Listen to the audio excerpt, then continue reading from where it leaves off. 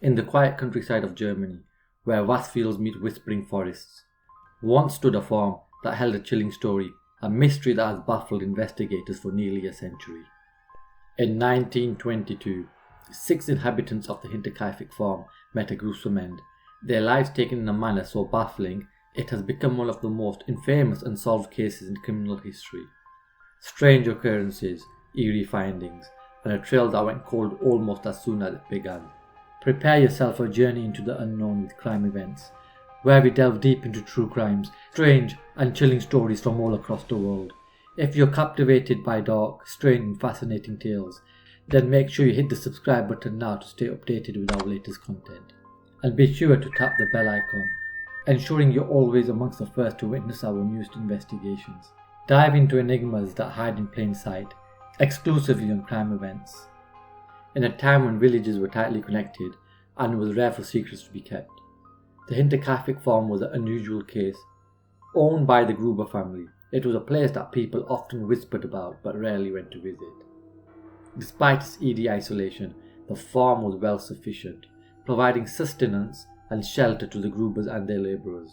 But as the years rolled by, strange tales began to circulate, tales of unsettling occurrences that defied logical explanation.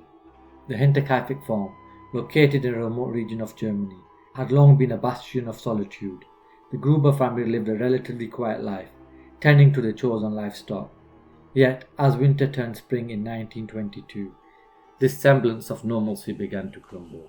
Andreas Gruber, the aging patriarch, began to notice anomalies around his property. One morning, he discovered an unexplained set of footprints in the freshly fallen snow. The tracks began at the edge of the forest and led straight to his home. Yet, surprisingly, there were no returning steps. Whispers spread across a neighbouring village as Andreas recounted other unnerving incidents. Mysterious noises echoed throughout the house during the night, footsteps in the attic, muffled whispers from empty rooms. More than once, he'd felt the prickling sensation of unseen eyes watching him. A short while before the unsettling events, the family's previous maid had resigned from her duties, terrified by what she believed were supernatural occurrences. She had adamantly claimed that the farm was haunted. Seeking to restore some normalcy and unaware of the impending doom, the Grubers hired a new maid, Maria Baumgartner. In a heart-wrenching twist of fate, Maria's first day on the job coincided with the day of the murders. Little did she know the horror she was walking into. The climax of these events set a grim stage for the heinous crime that would soon transpire, and whilst the family remained oblivious to the impending doom, the surrounding villagers felt a growing sense of dread. To compound the growing unease, a set of house keys went missing. The locks remained unchanged, an oversight that might have offered the attacker easy access. On the ill-fated night of March 31st, 1922, darkness covered the land. Beneath this cover, a wicked figure, driven by motives still debated, set a chilling sequence of events into motion. The murders occurred in a grimly precise order. First, the attacker lured Victoria Gabrielle and her daughter, young Cecilia, out of the house and into the barn, where their lives were brutally extinguished.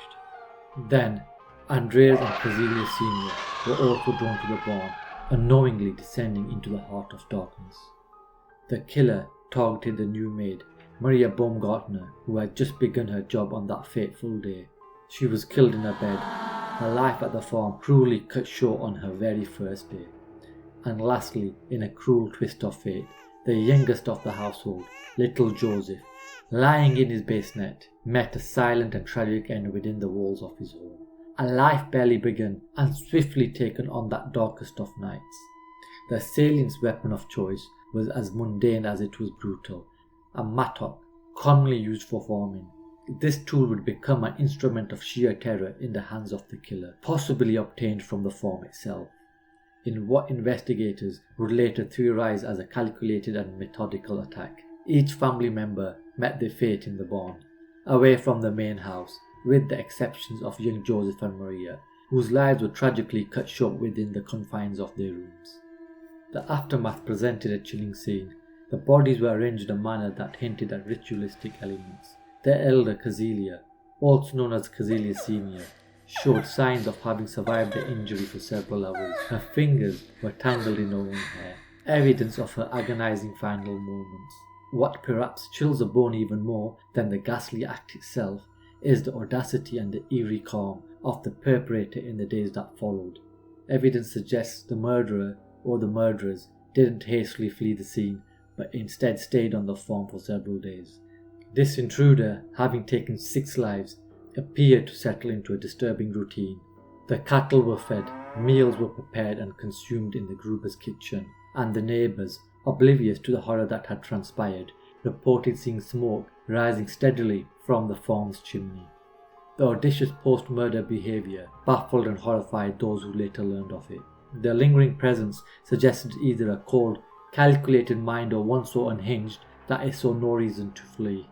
The aftermath of the gruesome discovery at Hinterkaifeck demanded an immediate and thorough investigation. The sheer brutality of the crime scene was unlike anything the region had ever witnessed, compelling the local constabulary to seek assistance. Munich's best detectives descended upon the farm, bringing with them expertise in the emerging forensic sciences. Their initial observations only deepened the mystery. The crime scene revealed a chilling premeditation. The absence of struggle suggested the family had been caught off guard, possibly in their sleep or during routine activities. Autopsies conducted by forensic experts revealed the sheer brutality of the attacker. The wounds inflicted with a mattock were deliberate and forceful. Deep lacerations, fractured bones, and internal injuries bore witness to the unimaginable violence that had occurred in the barn. Robbery was quickly ruled out, as valuables remained untouched. Personal enmities seemed unlikely. The Grubers were well liked and had no known enemies. This left the detectives grappling with the notion of a random senseless act. However, there were indeed several missteps and issues with the initial stages of investigation. As news of the murder spread, the crime scene was accidentally compromised by concerned locals and onlookers, unintentionally trampling on potential evidence and contaminating the scene. By today's rigorous forensic standards, such oversight would be a significant hindrance to an investigation. Neighbours and villagers were interviewed extensively. Many recounted Andreas Gruber's tales of strange occurrences, lending credence to the theory that the assailant may have stalked the family for days. Yet, despite their best efforts, a clear suspect profile failed to emerge. Each lead reached to a dead end, with alibis holding strong. The village, once tight-knit, was now rife with suspicion and fear. The dark shadows of Hinterkaifeck loomed large, with the truth slipping further away. Locked in the silence of that haunting night, the removal of the victims' skulls and their examination in Munich added another eerie and confusing element to the Hinterkaifeck murders. This detail underscored the brutality and disturbing nature of the crime, revealing a level of gruesome intent beyond comprehension. When the skulls were sent to Munich for examination, the skulls mysteriously disappeared during the transit or were never recovered. As a result, the bodies had to be buried without their heads, leaving the haunting question mark over the fate of those missing remains. Over the years, multiple individuals have been suspected of committing the heinous act at Hinterkaifeck. As the mystery deepened, fingers were pointed and whispers of guilt echoed. One of the first to be suspected was a man named Lorenz Schrittenbauer, a neighbour of the Grubers. He was part of the group that discovered the bodies. Suspicion arose due to the fact that he was familiar with the farm's layout and his strange behaviour at the crime scene. Karl Gabriel, Victoria's husband, who was reported to have been killed during World War I, also became a point of speculation. Rumours spread that he may have survived the war and returned to exact revenge on his family, driven by whispers of Victoria's alleged relations with her father. There were also whispers about Victoria's potential admirers, men who might have borne grudges or acted out of jealousy. Each investigated, but none provided a clear link to the crime. These speculations fueled further suspicion in the aftermath of the murders, especially for Lorenz Schlichenbauer, who faced intense scrutiny from investigators and the community, due to the proximity of his farm to Hinterkaifeck. Yet, despite the rumours and suspicions, no concrete evidence was ever uncovered to definitively link Victoria and Lorenz or establish Joseph's true parentage. The questions surrounding these relationships remain among the many enigmas that shroud the Hinterkaifeck murders.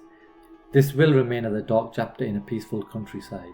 Just a year after the murders, in a bid to erase the haunting memories and driven by superstitious beliefs of the local community, the Hinterkaifeck farm was demolished. But even as the physical structure vanished, the chilling memories persisted, becoming tales passed down throughout generations. In a place where the farm once stood, a memorial now honours the lives tragically lost to the heinous crime, a somber reminder of the mystery that once shrouded this quiet land. But the story doesn't end here. Delve deeper, explore the unexplained with us, as we unravel the mysteries that time forgot. Subscribe and join us on a journey through the unknown, where every clue unravelled takes us a step closer to the truth lurking in the shadows.